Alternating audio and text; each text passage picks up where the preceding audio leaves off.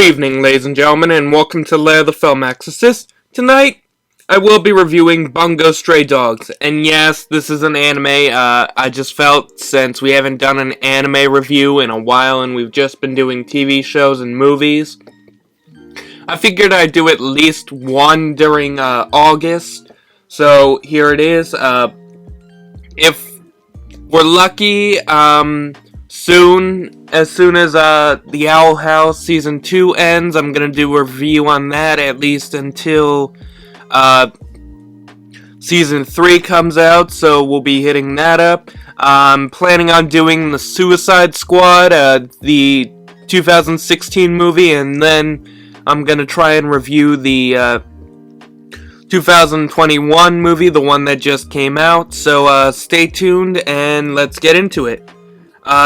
Nakajima Atsushi was kicked out of his orphanage, and now he has no place to go, and no food.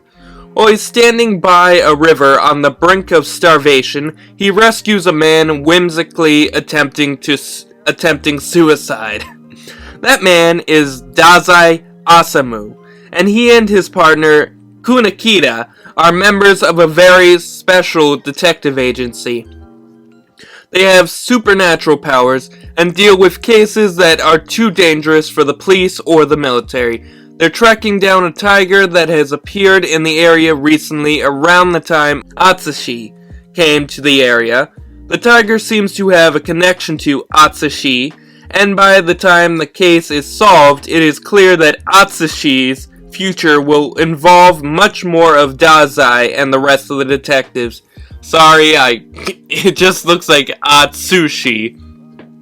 So I hope Atashi or Atsushi is the right pronunciation. This is why I'm really getting annoyed at Japanese names.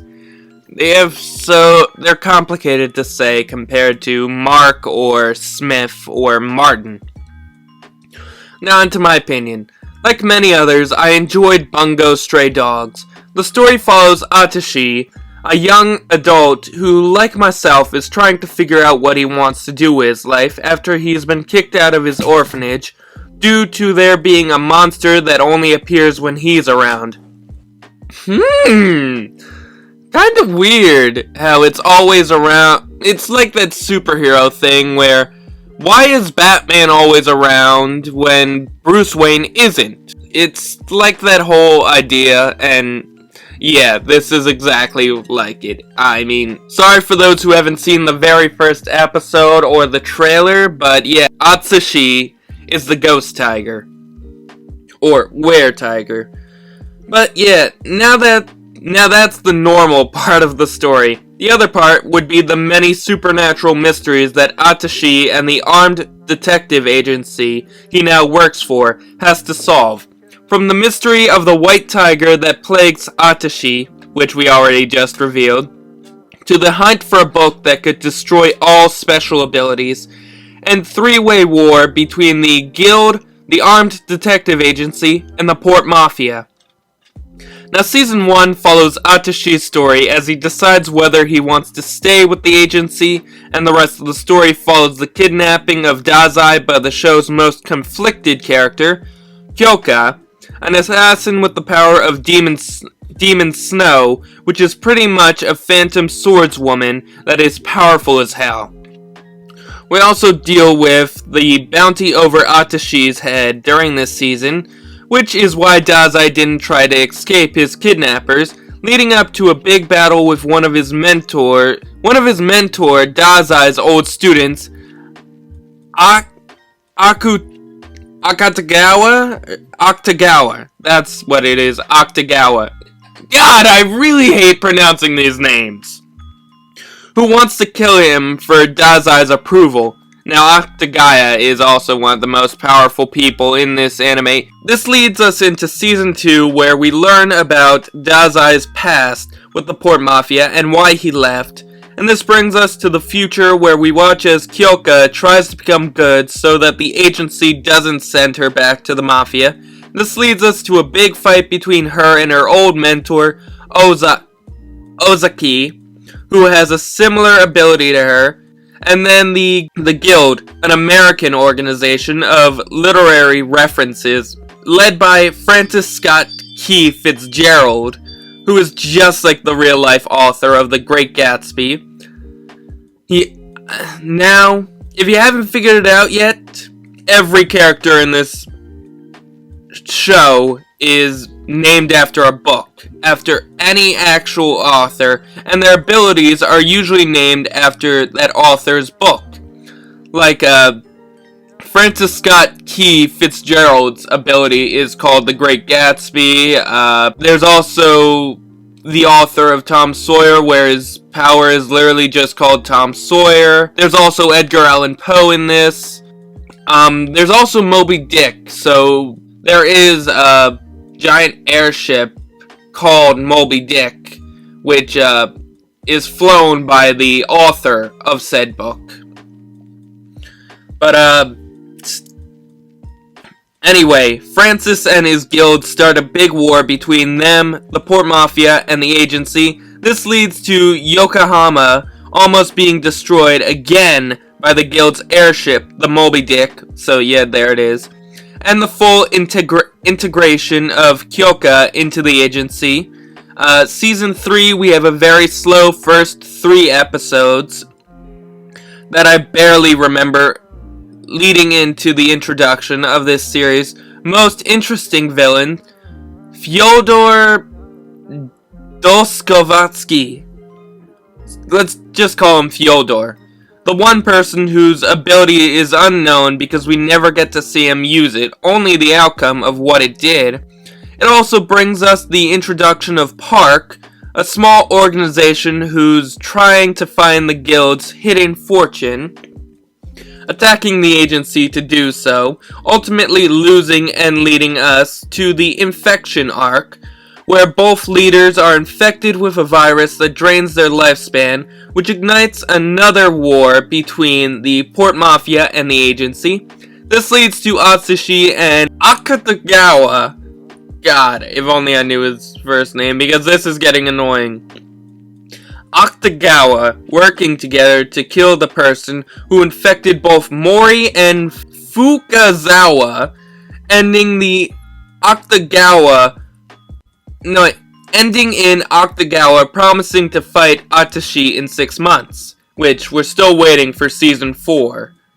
And with that, we're all caught up, I hope. Now, I think the first thing we should talk about is the really weird camera angle that has become one of my favorite memes, the stare, which I'm also noticing is also in Black Clover and many other shows. It pretty much makes any character look like a fish. I mean, the camera is so close to the character's face that anyone would wonder what the creators were thinking.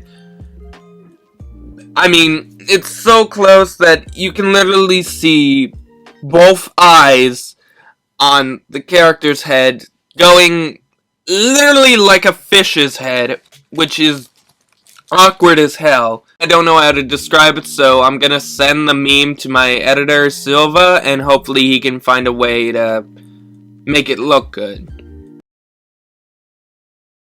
But besides that, the fights are well done, despite being pretty short, and again, I love the way they reference both Japanese and American authors, and I believe also Russian authors.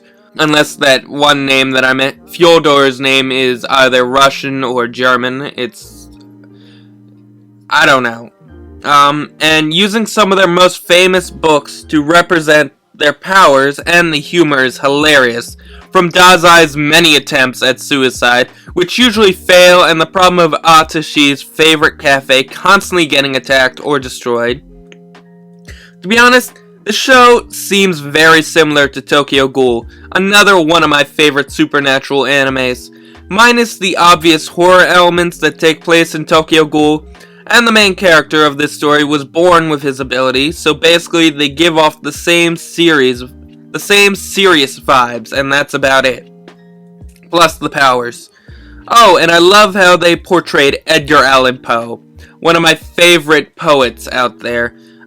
In the show, they made him a shy and determined young adult, He sends Ronpo into one of his mysteries, trying to defeat him, but this ultimately fails. And later in Season 3, we watch as Poe's book sucks Ronpo and Julia. And near the end, we watch as Carl, Poe's raccoon, brings the book back to Poe. Now, the thing about the raccoon is, Edgar Allan Poe never had a raccoon. I don't even think he had a pet cat. But apparently they made that known in the Edgar Allan Poe movie. Yeah, nobody really knows where the cat came from. I mean, unless he did have a cat that usually rested on his head, I'm not too sure. I just know the guy's work, and I just know that the whole cat-raccoon thing is just from the movie. Now the only problem with his scenes is that they're way too short. I mean, we barely see him, but I guess that's to be expected since he was only a small part of the bigger story. I also enjoyed the little crisis Kunakita went through after he broke the rules, resulting in the death of a little girl, making him a bit hesitant to go along with the plan of attacking the Port Mafia after the leader of the agency told them not to. Oh, and there's another reason I needed the recap, and that's a bit of a regrettable decision on my part, and that is, I kinda took a long break in between the series because I was doing my other reviews, so I kinda forgot a lot of what happened during the first and second season, and a bit of the beginning of the third, so that was my blunder, but it didn't hurt the experience for me because after reading up on the series, I started to remember how much I loved watching each episode on my Xbox One. So anyway, I'm giving this series a 10 out of 10 for how well it did its references, characters, and the amazing story that hopefully will return very soon. So please don't forget to like, comment, and subscribe, and click the little notification bell for more content, and to let YouTube know how much you love our channel. Now, have a great night, and here's to the stray dogs. Boom, reference.